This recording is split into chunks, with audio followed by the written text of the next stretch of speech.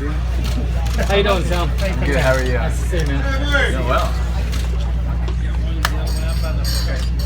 Tim, All right. always nice coming back here. Always. Yeah, it was fun today. Got to get a chance to train in the old weight room and, go on the field and mess around a little bit. And had a few of my buddies racing in the stadium steps, so that was funny. Did you win?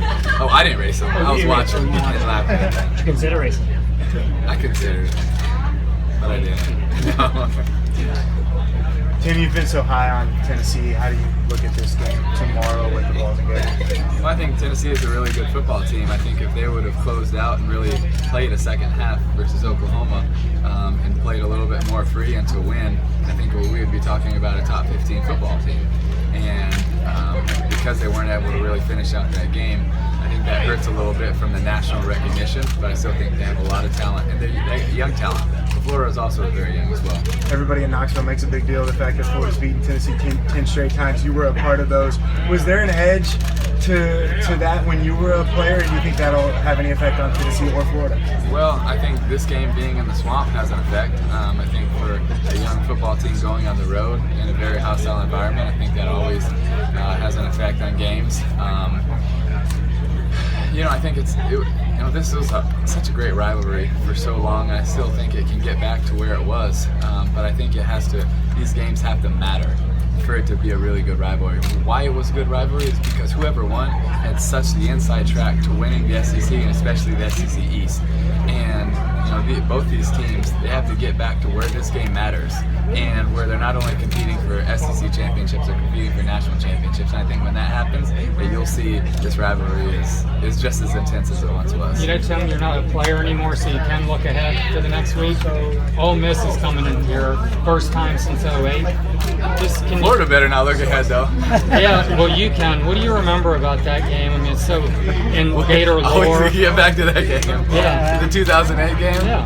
Well, I remember that we didn't play as good as we could have. And I remember we took kind of took our foot off the gas a little bit, and I think we were coasting, and I think that was, a lot to do with, my lack of leadership in that game. And we made silly mistakes, and I think that we could have played a lot better. And you have to give Ole Miss a lot of credit. They had a lot of really good players in that game, and they played well, and they got hot at the end, and we missed our opportunities. We missed our opportunity in 4th and 1. We missed the extra point. Obviously, you still can't really tell I even remember it, though. But yeah, the game was hurt, but I think it really helped us overall as a team because I think we learned from it. I think we grew from it. I think our leadership improved. I think our focus improved. I think our attitude improved from that. Tim, who was the pledge for? Was it for you, the fans, or was it for your team? What I did that Saturday after the game, that was for the fans, because for me, I grew up a Florida fan. I'll always be a Florida fan, and that was something that I wanted for the Florida Gators. You wanted to go undefeated, didn't you? Yes, I did, and that was my goal. But the next day, in that practice and our time with the team and talking to the team and everything that happened that day, that was more for the players and our coaches and everything. Some of the current players, they could recite that promise speech. Do you think you can still remember it? I mean, I know what I felt in my heart, but I probably couldn't remember the whole thing now. Have you seen it up on the side of the swamp? Yeah, a couple years ago, first time I came back, I saw it up there. I mean, what do you think of that? I mean, it's like win one for the Gipper around here. I don't know about that. I just know that not that had anything to do with that speech, but we had a special group of guys that rallied together, and so I have a lot of great memories from that. Do you feel like you were, speaking for the whole team in general, a lot of leaders on that team, a lot of veterans? I think there were a lot of great leaders on that team. I think there were a lot of people that invested a whole lot, and we had a high level of care in that team. The guys wanted to go out there and pursue being the best, and their best, our team has the best, and our goal was to try to be the best. Tim, what are your thoughts on Josh Dobbs since he's struggled maybe a little bit in the last couple of years?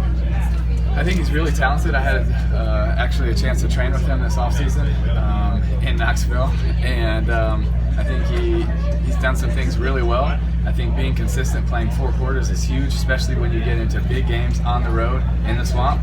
You have to be able to compete for 4 quarters, and I think if this Tennessee team does that, and they are able to play the best of their ability for 5 series at a time, I think they're a very dangerous team. Now when they're just a team that plays a series or 2 hot and then they get a few 3 and outs, that's where I think they can obviously come to terms, because I believe that there's a plan for everything. And you can't believe that God has a plan for your life, and it's a perfect plan, and you love that plan, and have doubt at the same time. They just don't go together. Have you tried to watch in the NFL, or you think you would give it a I've said this a few times. I don't know what the future holds, but I do trust who holds my future. Do you watch the Eagles games every Sunday? I mean, you're only a watch sprained a lot ankle of away. games. Sprained ankle away. I mean, I watch all the football games. I really Specifically do. with the Eagles that you keep an eye on, because knowing that that's probably the most likely to probably call. I mean, I've seen the Eagles games, but I've seen a lot of the football games, to be honest with you. Tim, You don't know me. I watch. I know. Tim McElwain's talked a lot about the importance of Florida kind of restoring the swamp as a once feared venue.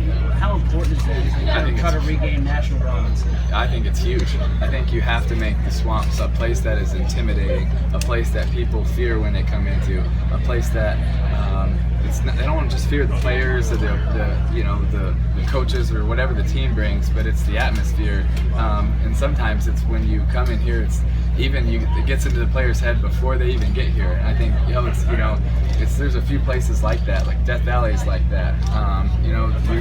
Going into that place that, okay, we're gonna have to deal with the crowd, and so it takes time for that team to prepare that week. Like when we're getting ready to go to Death Valley, we have the craziest, loudest music the entire time getting ready, and so it takes time and it takes people's thought. And I think you want people to fear coming into the swamp. What do you think? Some things well. I think the one thing that has impressed me about his game is I think he's played with a lot of courage and a lot of heart, and he puts forth a lot of effort, and that's really given him the chance to make some of the big plays that he's made, especially in the Kentucky game.